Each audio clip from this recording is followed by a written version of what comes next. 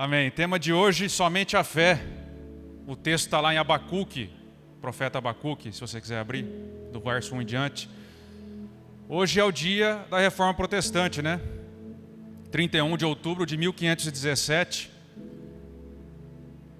quando Lutero comanda a Reforma Protestante. Então é um dia muito importante para nós. O Edgar já abriu nos posicionando dessa data, me elogiando, né? Porque ele quer voto, ele é um político. Eu já falei que meu voto é dele, mas não adianta, ele continua. E hoje é uma data importantíssima para nós. Você está aqui hoje por conta da Reforma Protestante, que criou a vertente cristã do protestantismo, da qual nós fazemos parte. Então, somente a fé faz parte dos 5 pilares da fé. Somente as Escrituras, somente Cristo, somente a fé, somente a graça e somente a Deus a glória.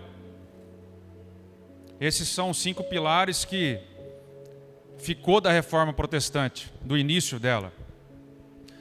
E nós adotamos isso aqui na Amor e Graça, essa confissão de fé da qual nós estamos firmados. Somente Cristo, somente as Escrituras, somente a fé, somente a graça e somente a Deus a glória. Então nós vamos falar hoje sobre um desses pilares, que é a fé. Somente a fé.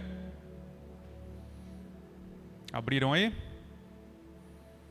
Lutero, em um dos seus estudos, das suas leituras, encontra no livro, na carta de Paulo aos Romanos, o versículo 1, em Romanos 1, 17, o seguinte versículo: porque no Evangelho é revelada a justiça de Deus, uma justiça que do princípio ao fim é pela fé.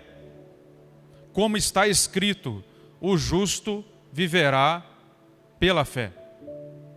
Se a sua Bíblia é uma boa tradução, você vai ver que a última parte aí de Romanos, o justo viverá pela fé. Romanos 1, 17, o justo viverá pela fé, vai estar entre aspas, porque esse versículo Paulo cita de Abacuque. Ele, traduzindo o livro de Abacuque, ele aplica esse versículo. Aplicando, melhor dizendo, o livro de Abacuque, ele cita esse versículo ao final. Então, o Evangelho é revelada a justiça de Deus, uma justiça que do princípio ao fim é pela fé, como está escrito, o justo viverá pela fé. Então esse versículo que dá base para o nosso perdão, que é somente pela fé, foi retirado do livro de Abacuque que nós vamos ler. Então nós podemos dizer que a raiz da Reforma Protestante está lá em Abacuque, da qual o apóstolo Paulo aplicou para a igreja, da qual Lutero a reafirmou no seu tempo e dá base para nós ainda hoje, porque entendemos que o perdão de Deus é somente pela fé. É com base nesse princípio que a igreja permanece em pé. É esse princípio que nos faz diferentes de qualquer outra instituição, porque defendemos que o perdão de Deus é dado gratuitamente e apropriado por meio da nossa fé. Nada mais pode ser colocado entre o perdão de Deus e o homem, a não ser a fé. É nisso que cremos e é isso que permanece ainda. Esse é o grande legado da Reforma Protestante, amém? Abacuque, então, a partir do verso 1 aí. Do verso 2, melhor dizendo. Até quando, Senhor, terei que pedir socorro? Tu, porém, não ouves. Eu clamo, há violência por toda parte, mas tu não vens salvar. Terei de ver essas maldades para sempre? Por que preciso assistir a tanta opressão? Para qualquer lugar que eu olho, eu só vejo destruição e violência. Eu estou cercado de pessoas que discutem e brigam o tempo todo. A lei está amortecida e não se faz justiça nos tribunais. Os perversos são mais numerosos que os justos, e com isso a justiça é corrompida. E aí Deus responde agora, nós estamos falando, é um diálogo, tá? O profeta está falando com Deus, Deus está respondendo aqui. Resposta de Deus agora. Observe as nações ao redor, Abacuque. Olhe e admire-se, pois eu faço algo em seus dias, algo que você não acreditaria mesmo que alguém lhe contasse. Eu estou levantando os babilônios, um povo cruel e violento. Eles marcharão por todo o mundo e conquistarão outras terras. São conhecidos por sua crueldade e decidem por si mesmo o que é certo e o que é errado. Os seus cavalos são mais velozes que leopardos e mais ferozes que lobos ao anoitecer. Os seus cavaleiros atacam vindo de longe, como águias lançam-se sobre a presa para devorá-la. Todos eles vêm pronto para agir com violência. Os seus exércitos avançam como o vento do deserto, ajuntando prisioneiros como se fossem areia.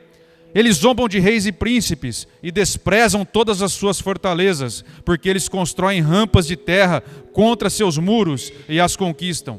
Passam com muita rapidez como o vento e desaparecem. A sua culpa, porém, é grande, pois tem como Deus a sua própria força.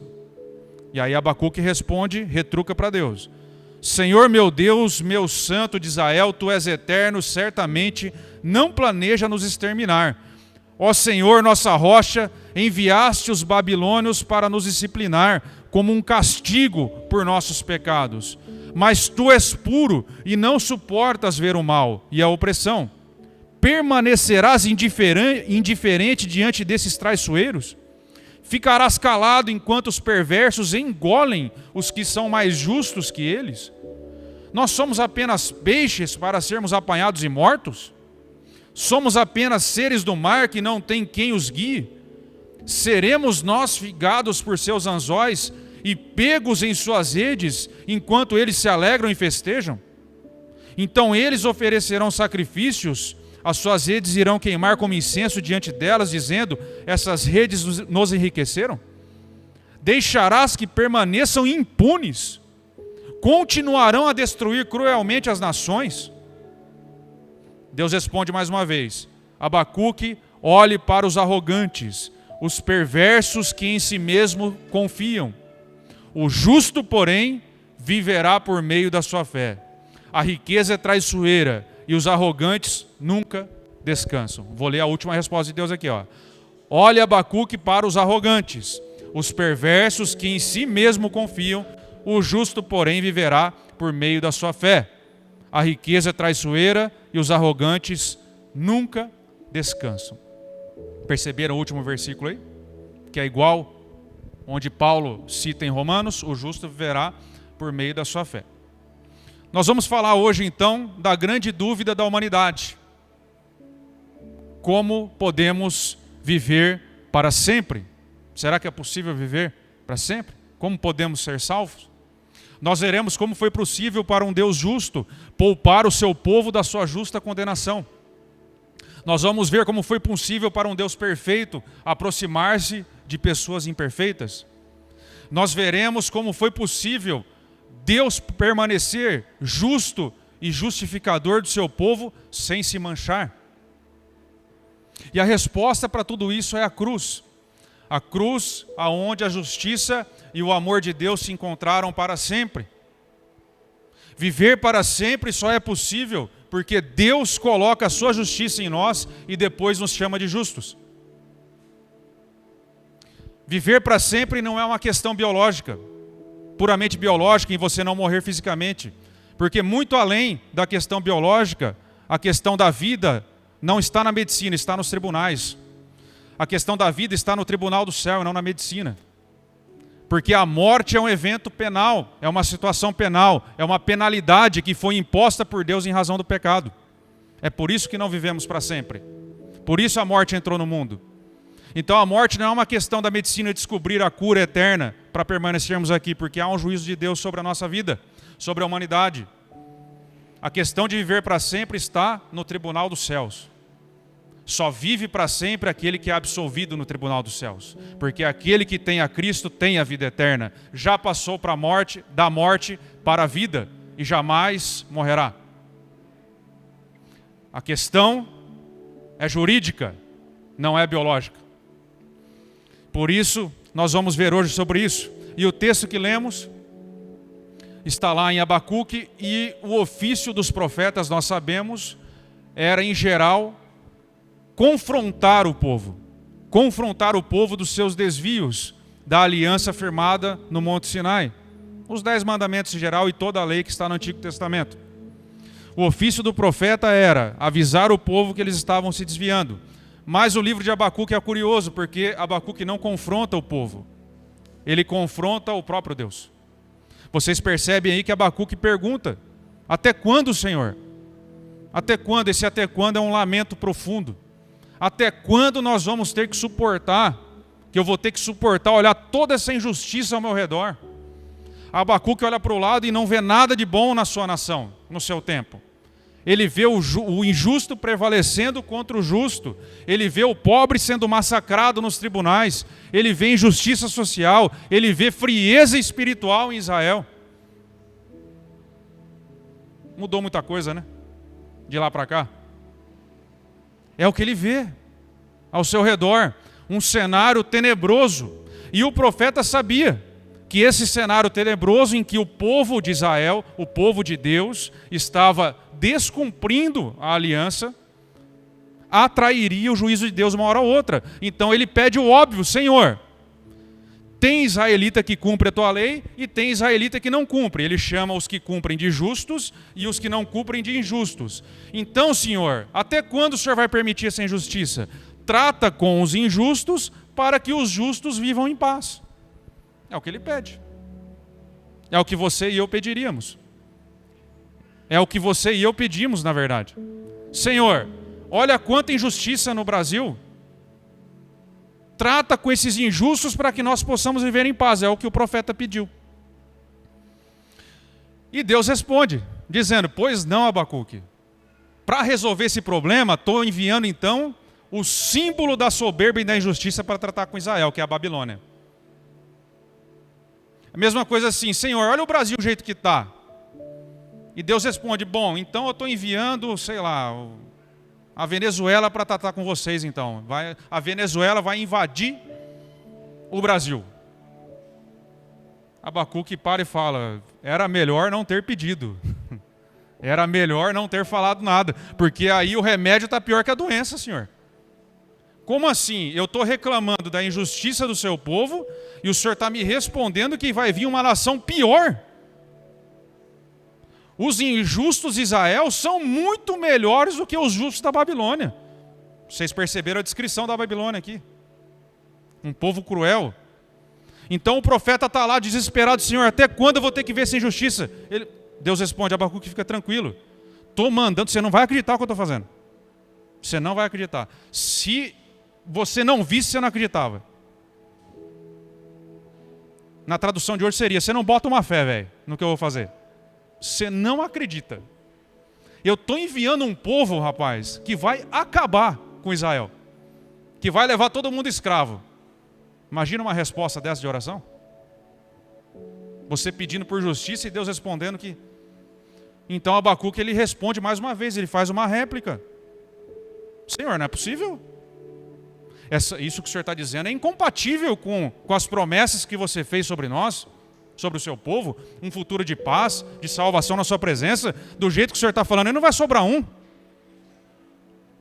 Não é justo o Senhor tratar os justos junto com os injustos, os que obedecem junto com os que desobedecem, com os que guardam a tua lei junto com os que não guardam. O Senhor vai tratar todo mundo da mesma forma? Como pode permanecer justo dessa forma, agindo assim? O Senhor não é um Deus injusto? Como que eu vou ter o mesmo fim que aquele que desobedece? Como que os meus irmãos que são fiéis à sua aliança vão ter o mesmo fim nas mãos dos babilônios do que aqueles que pervertem a tua aliança? Descumprem as tuas leis. Não é certo isso.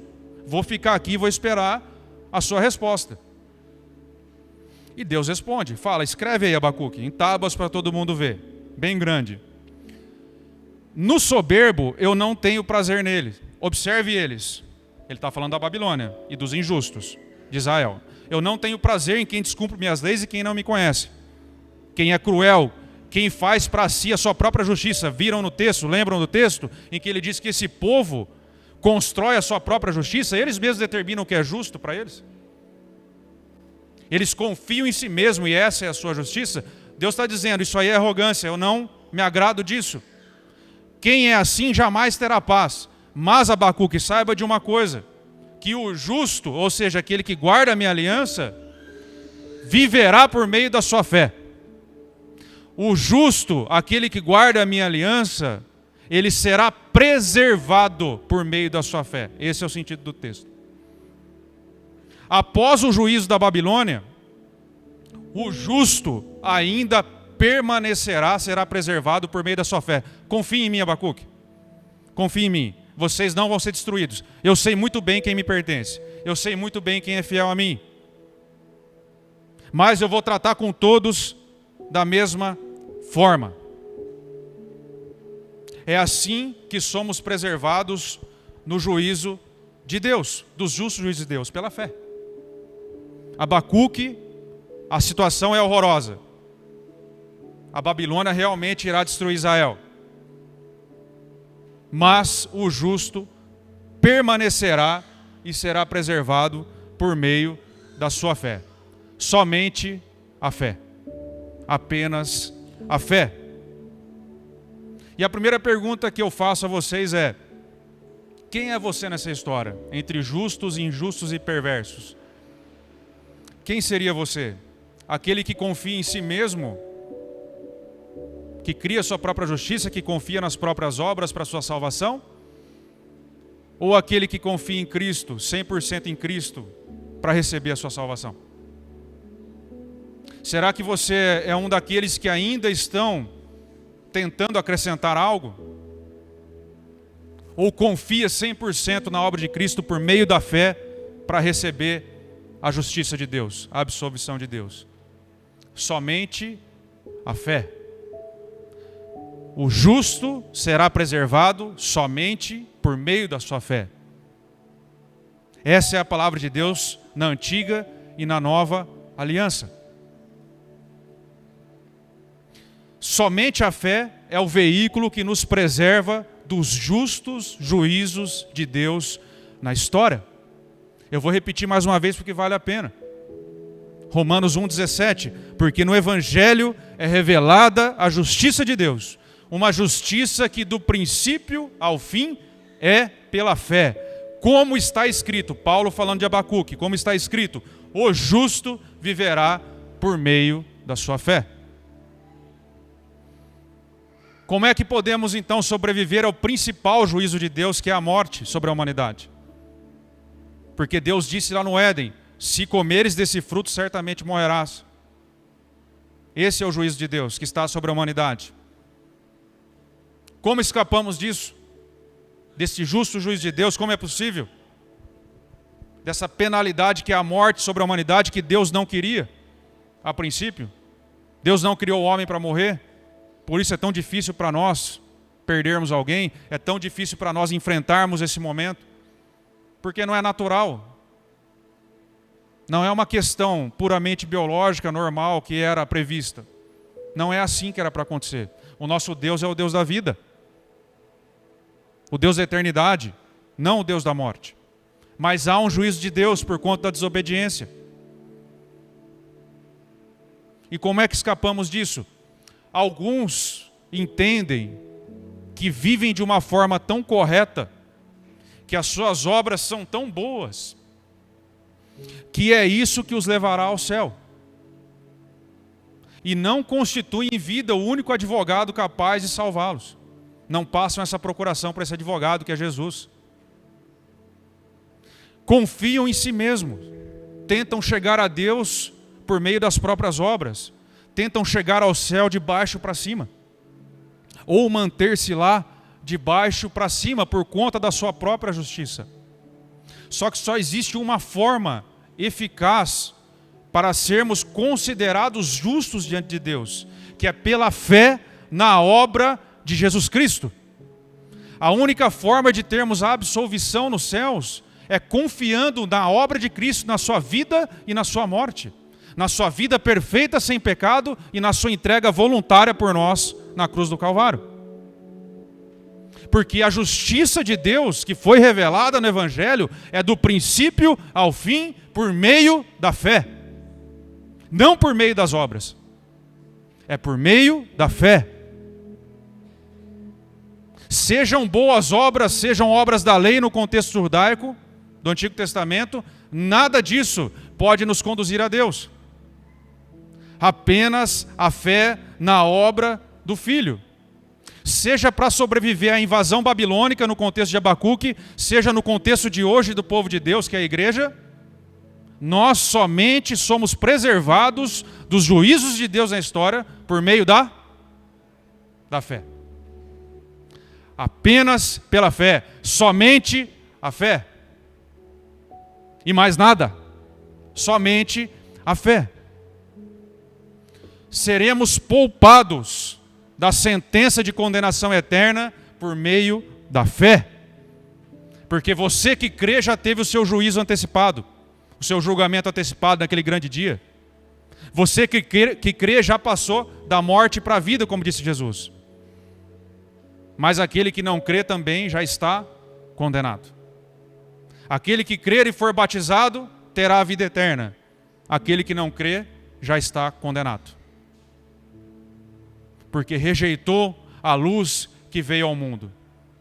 Então coloque isso na sua cabeça. A justiça que rasga os céus, que penetrou os céus, que entrou no santuário de Deus, apenas um é capaz de fazer, que é Jesus Cristo. E é por meio da fé que temos nele, que nos leva até o Calvário, que nos leva até ele. Aquela fé que cremos que ele nos substituiu naquela cruz. Essa é a fé que nos salva. Somente ela, não as suas obras, não a sua bondade, não a sua tentativa de acertar, nada, nem 1%. Porque se você confiar 1% nas suas obras, você já tornou a cruz de Cristo inútil. Como disse Gálatas, Paulo em Gálatas. Somente Cristo é mais que suficiente para nos salvar. Se você acrescentar 1% de boas obras na sua salvação, você está falando de outra religião, não é a cristã. Não é o que está na Bíblia. Nada pode ser acrescentado à obra de Cristo. Nada. A salvação é dada gratuitamente a nós, por meio da fé. E a fé é como se nós fôssemos um prisioneiro, algemados de mãos estendidas a esse juiz, pedindo que ele nos liberte. É assim que é a fé. E a fé é dada de graça também. Por isso, ele coloca a sua justiça em nós e depois nos chama de justos. É assim que alcançamos o céu. É assim que nós vivemos para sempre.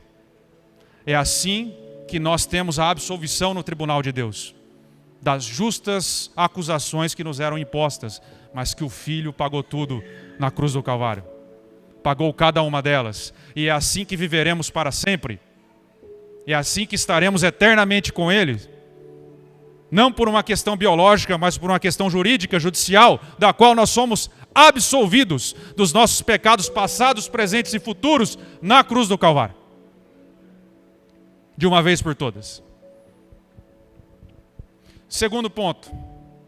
Somente a fé nos convence de coisas que não vemos. Somente a fé nos convence de coisas que não vemos. A dúvida de Abacuque é a mesma de muita gente hoje. Por que coisas ruins acontecem com pessoas boas? Abacuque não questiona Deus lá? Senhor, o Senhor vai permitir que a Babilônia invada Israel e os justos sejam tratados da mesma forma que os injustos? Ou seja, em outras palavras, o Senhor vai permitir que coisas ruins aconteçam com pessoas boas? É isso que o Senhor vai fazer mesmo? Não é possível. Então essa é a dúvida de muita gente. Por que coisas ruins acontecem com pessoas boas? E a primeira resposta, não é muito agradável. Mas é verdadeira. Coisas ruins aconteceram com pessoas boas apenas uma vez na história. E foi com Jesus Cristo. Que era o único que nós podemos considerar bom. E nem ele mesmo quis assumir esse título de bom, porque ele disse, bom mesmo é Deus. Não acontecem coisas ruins com pessoas boas, acontecem coisas ruins na história. Essa é a primeira explicação. E a segunda explicação é que toda crise, tudo que acontece, se você questionar a Deus porque coisas ruins têm acontecido com você, provavelmente Deus vai ter uma resposta que você jamais imaginou, como aconteceu com o profeta. Porque Deus faz questão de registrar. Ó, eu estou fazendo algo no seu tempo, Abacuque, que se você não vê, você não acreditava. Eu estou mandando os babilônios contra vocês. Então, Abacuque questiona a Deus sobre uma questão de injustiça no seu tempo, e Deus responde, ó, se você não visse com os seus olhos, cara, você não ia acreditar. Ou seja, Abacuque jamais imaginou que Deus fosse dar uma resposta dessa para ele. Porque os pensamentos de Deus são muito mais altos que o nosso. A justiça dele é muito mais alta que a nossa. Então algo está acontecendo de ruim com você hoje, Deus certamente tem uma resposta muito além da sua capacidade de compreender e da minha. Por isso, somente a fé nos convence de coisas que não vemos e não entendemos. Na cabeça do profeta, a matemática era muito simples, assim como é na nossa. É preto no branco. Senhor, elimina os injustos e nós viveremos em paz na tua aliança. Simples. Quem de nós já não questionou a Deus, né? Senhor, precisa de tudo isso mesmo? Precisava ter mandado o filho para a cruz, precisava tanta dificuldade, precisava pandemia, precisava eu sofrer tanto para me perdoar? Não bastava o Senhor simplesmente acabar com tudo isso aqui, ou então não ter permitido que o pecado entrasse no mundo e pronto? Não seria muito mais fácil, Senhor? Quem de nós já não aconselhou a Deus? Só que é um perigo aconselhar a Deus, porque Ele sempre está certo. E nós podemos ouvir respostas como Abacuque ouviu.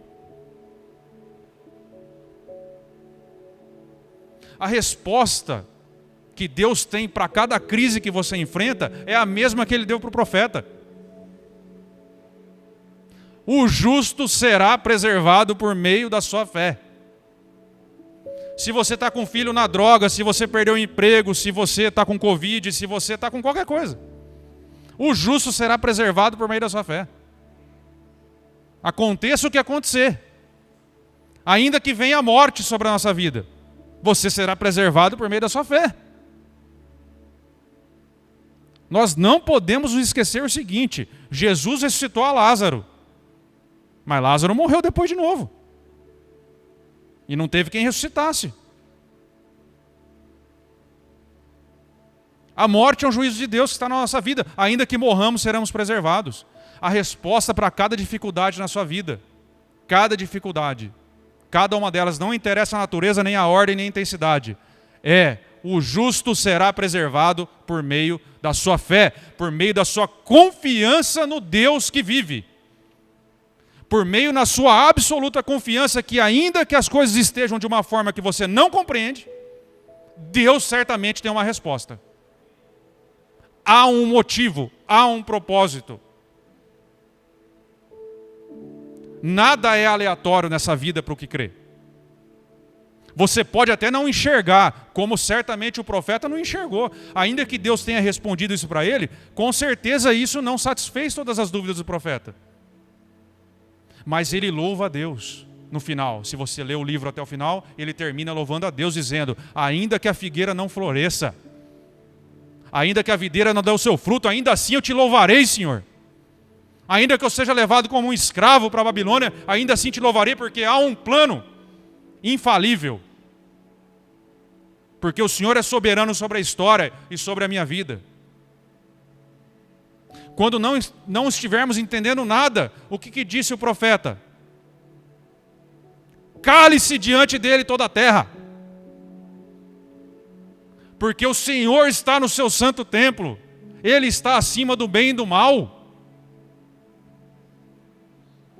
Quando nós não estivermos enxergando nada, ou entendendo nada, lembre-se que o justo será preservado, viverá por meio da sua fé. Confie no Deus que te salvou. Essa é a resposta de Deus para nós. Ele não vai explicar tudo o que acontece na nossa vida. Ele não vai revelar tudo o que é os porquês, os mínimos detalhes. Mas Ele nos dá a direção.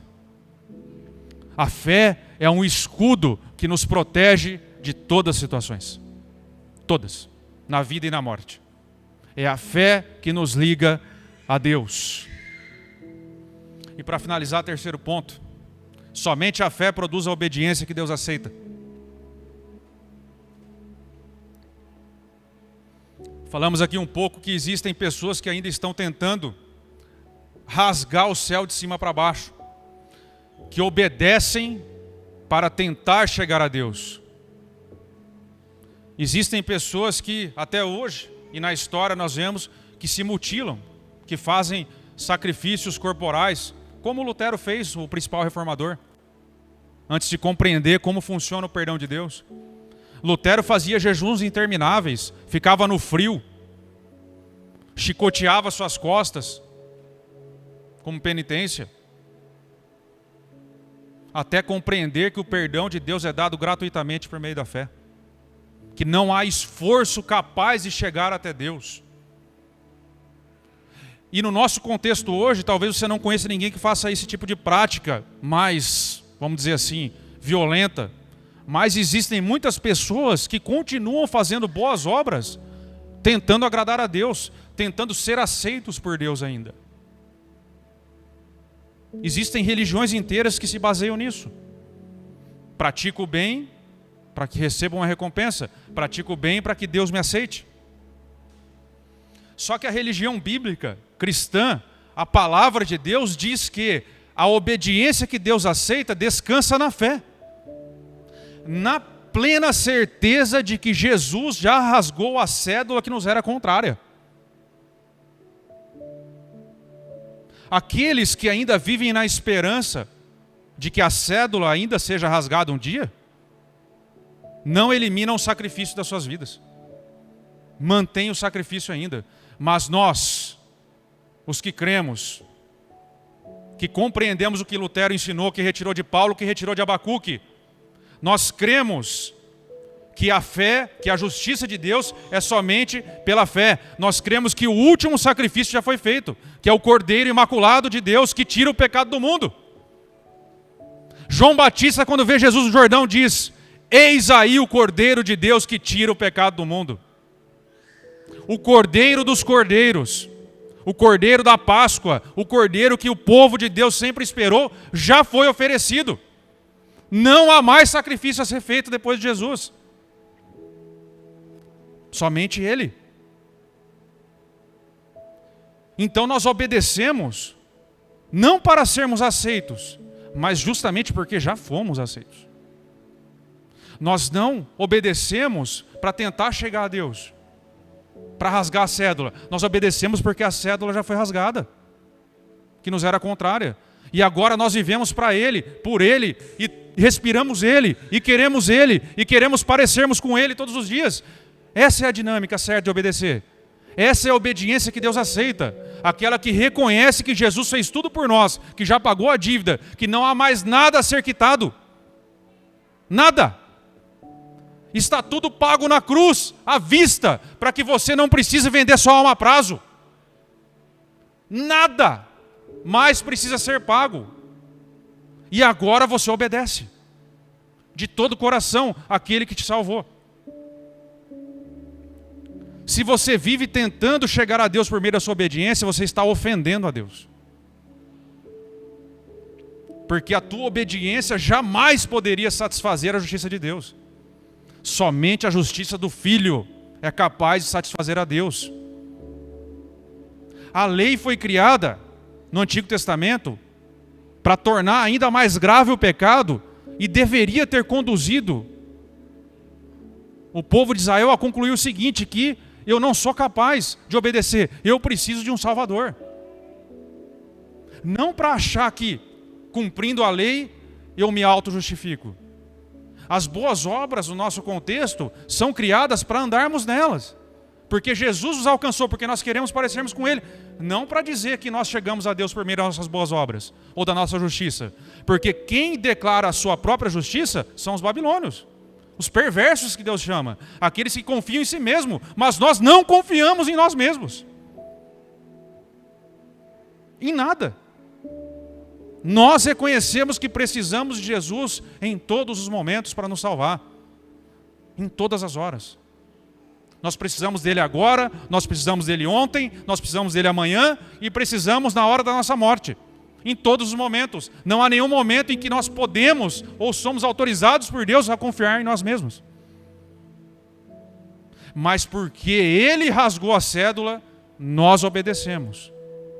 Essa é a dinâmica do seu coração que deve acontecer, que você deve adotar. Porque viver na outra dinâmica, ainda tentando ser aceito por um pai, é a pior forma de se viver. Quantos transtornos psicológicos vemos em adultos que vivem ainda tentando a aprovação de um pai lá na infância que não aprovou? Quantos? Repare se você não vive assim. Tentando a aprovação do seu pai da terra. Você imagine tentando viver alcançando a aprovação do Pai do céu. Não é esse o Pai que nós temos. Não é esse o que a Bíblia revela. O Pai que nós temos diz que nós já passamos da morte para a vida se cremos verdadeiramente. Que ninguém nos retira das mãos dele. Que tudo já está consumado de uma vez por todas. Está pago. A cédula que nos era contrária já nos foi rasgada. Não há condenação para aqueles que estão em Cristo Jesus. Aquele que não poupou sequer o próprio Filho, não nos dará com Ele todas as coisas. Nós temos a aprovação do nosso Pai. Fomos aceitos por Deus por meio de Cristo. E agora devemos viver de uma forma coerente com essa verdade. Isso é verdadeira santificação. É essa obediência que Deus aceita. Essa é a obediência que não ofende a Deus. Nós afirmamos aqui, a cada domingo, que a salvação é somente e exclusivamente pela fé, sem as obras.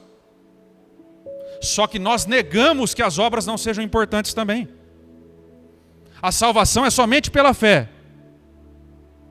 sem obras, mas não sem elas. Tiago disse, mostre a tua fé sem obras, e eu lhe mostrarei a minha fé por meio das minhas obras. Porque para Tiago, que concorda plenamente com Paulo, as boas obras é apenas um reflexo da sua fé. Lembra que nós conversamos aqui? A obediência que Deus aceita descansa na fé. Na fé que crê no Filho. Então, porque eu creio, eu obedeço. Eu não obedeço para ser salvo. É porque eu sou salvo, eu obedeço. É o que o Tiago está dizendo. Porque eu obedeço, obviamente eu vou viver de acordo com a fé que eu digo. Voltando para o nosso texto, porque a Bíblia é uma só. Abacuque não confronta o povo justamente porque estavam se desviando da aliança. Ou seja, em outras palavras, eles estavam vivendo de uma forma que não condizia com a fé que professavam. Eles diziam, não, eu creio no Senhor, eu creio na aliança do Sinai, eu creio nos 10 mandamentos. Só que eles não viviam isso. Eram injustos. Praticavam injustiça de toda a ordem. Contra o mais fraco, quando oprimiam o mais fraco, não respeitavam as leis de Deus. Obras que refletem a fé. Abacuque então separa os justos. Quem são os justos? Aqueles que obedeciam a Deus, logo refletiam a fé que tinham no coração, eram coerentes com o que diziam crer. Dos injustos, que eram israelitas, que diziam crer, mas viviam de uma outra forma, de qualquer forma, da forma como queriam, desrespeitando a lei de Deus. E os perversos, que são os babilônios, que sequer conheciam a Deus. E o profeta tinha medo justamente de que esse desvio atraísse a correção de Deus. Por isso ele clama: Senhor, até quando você vai observar essa injustiça e não vai intervir? Porque o profeta sabia que a quebra da aliança atraía o juízo de Deus. Correção para os seus filhos, para o remanescente fiel, e condenação para os perversos e injustos. É assim na história, sempre será. O remanescente de Deus que crê sempre será preservado. As más obras sempre atraem a reação de Deus. Porque Deus, sendo santo, não pode deixar de reagir ao pecado. É uma reação lógica à ira de Deus. Se há um pecado na terra, Deus precisa reagir a isso. Continua reagindo. E o profeta sabia disso e pede a Deus: Senhor, até quando o Senhor não vai corrigir isso? E Deus diz: eu vou corrigir e envia a Babilônia para colocar Israel no prumo. Agora perceba o seguinte, amados: o povo de Deus, o povo de Abacuque, foi corrigido na frente do mundo.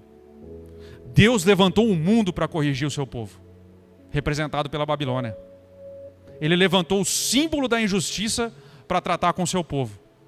Israel, o povo de Deus, que somos nós também, porque somos filhos de Abraão pela fé, fomos envergonhados na frente do mundo, por conta das más obras. A igreja, que é o povo de Deus hoje, porque dos dois Deus fez um, é o mesmo povo. O povo de Deus precisa ter a consciência que as suas más obras pode nos levar a um juízo de Deus semelhante, em que Deus os corrige na frente do mundo. Você odiava quando seu pai te corrigia na frente dos outros, não odiava? Você ficava pensando: pô, podia ter me levado para um canto, né?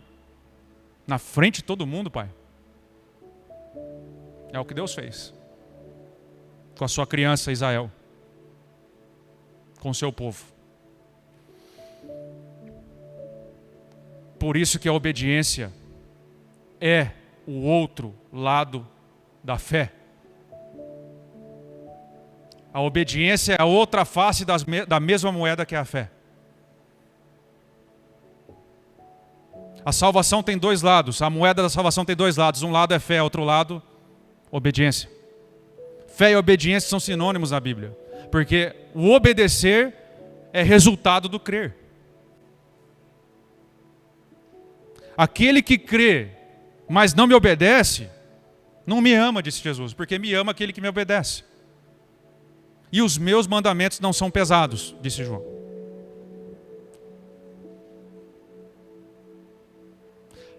A obediência é o outro lado da moeda da fé. E finalizando, pode subir o Ministério de Música, por favor? Pode se colocar em pé também, se você puder.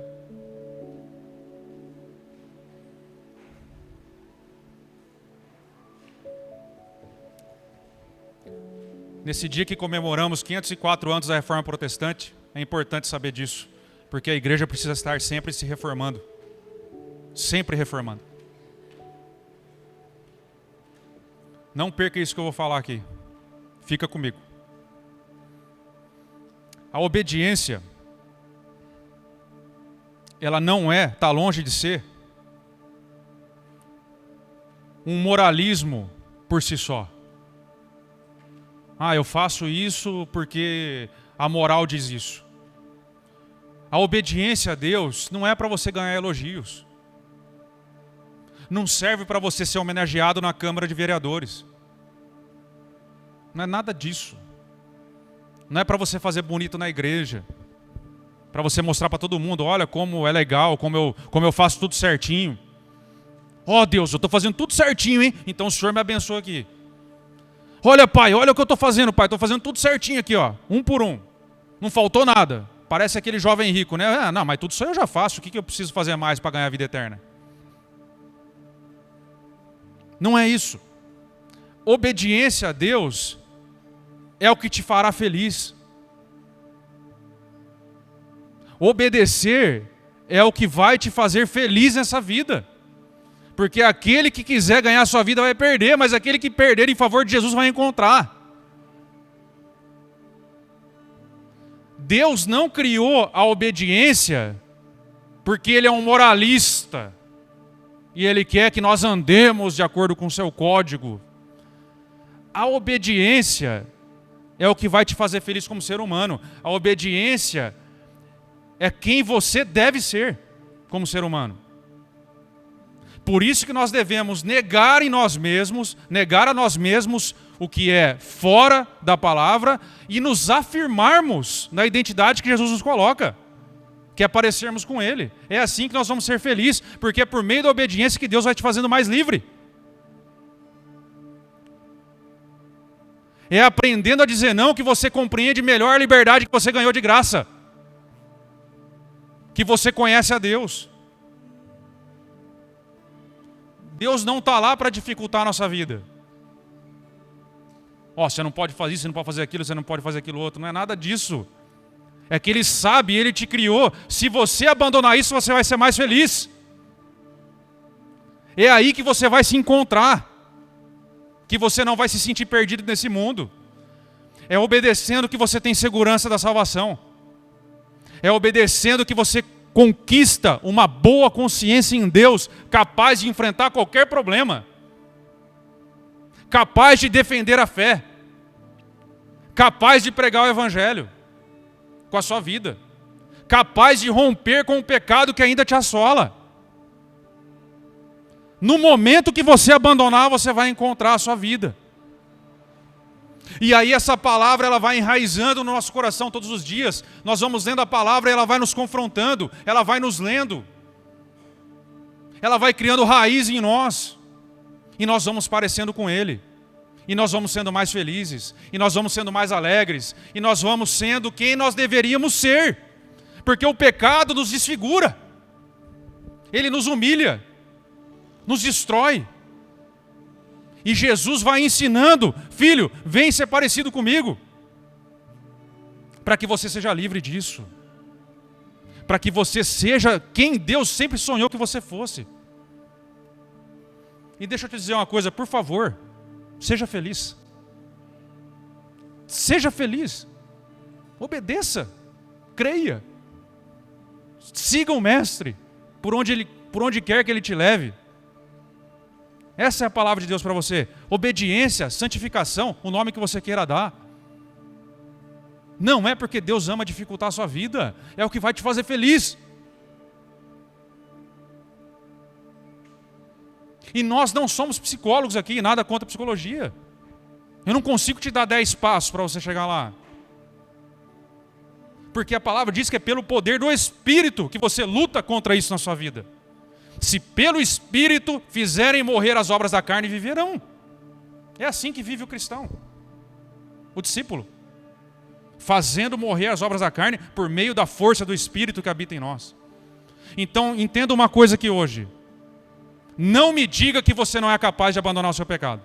Não me diga. Porque a palavra não diz isso. Por mais difícil que seja, o teu pecado não está ligado com a tua identidade. São coisas diferentes. Você não é o seu pecado. Você não é o que te aprisiona. Cristo nos libertou disso. E nos deu o Espírito, nos enviou o Espírito, que é o que nos dá poder para romper com essas verdades, com essas fortalezas em nossas vidas. Então não me diga que você não pode vencer. Porque você pode. Porque a palavra diz que você pode. Se você lutar contra isso, você pode.